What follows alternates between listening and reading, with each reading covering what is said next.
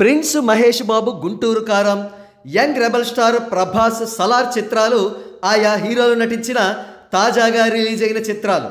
ఇందులో గుంటూరు కారం చిత్రం రిలీజ్ అయిన మొదటి రోజునే దారుణమైన డిజాస్టర్ టాక్ తెచ్చుకుని 2-3 రోజులకే బాక్స్ ఆఫీస్ వద్ద చతికిలబడింది.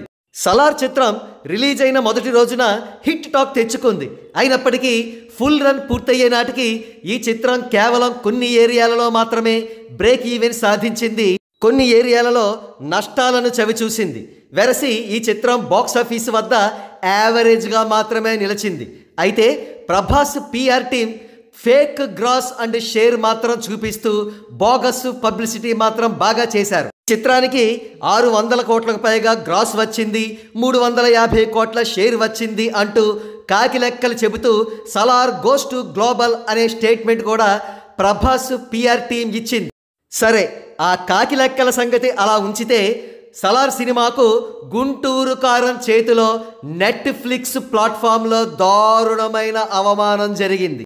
నెట్ఫ్లిక్స్లో 2024వ సంవత్సరంలో మోస్ట్ వ్యూవ్డ్ ఇండియన్ ఫిల్మ్స్ ఈ విధంగా ఉన్నాయి. ఫస్ట్ ప్లేస్లో Animal 13.6 millions, number 2 Dunki 10.8 millions, number 3 Bhakshak 10.4 millions, number 4 Guntur Kaaram 4.9 millions, number 5 hi Nanna 4.2 millions, number 6 Salaar 3.5 millions, number 7 Annapoorani 3.1 millions, number 8 curry and cyanide 2.1 millions, number 9 Khogaye Hum Kahan 1.8 millions. ఈ స్టాటిస్టిక్స్ ప్రకారం గుంటూరు కారం 4th ప్లేస్లో ఉంటూ 4.9 మిలియన్ వ్యూవర్షిప్ సాధించగా సలార్ కేవలం 3.5 మిలియన్ వ్యూవర్షిప్ మాత్రమే సాధించి 6వ స్థానంతో సరిపెట్టుకుంది. ఇది సలార్ చిత్రానికి తీవ్రమైన అవమానం.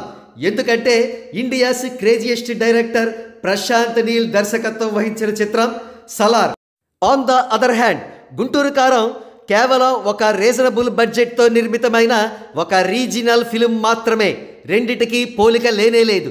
అయినప్పటికీ గుంటూరు కారం సలార్ కంటే ఎక్కువ వ్యూవర్షిప్ సాధించింది. దీనితో ప్రభాస్పై మహేష్ ఫ్యాన్స్ సోషల్ మీడియాలో ట్రోల్స్ చేస్తున్నారు.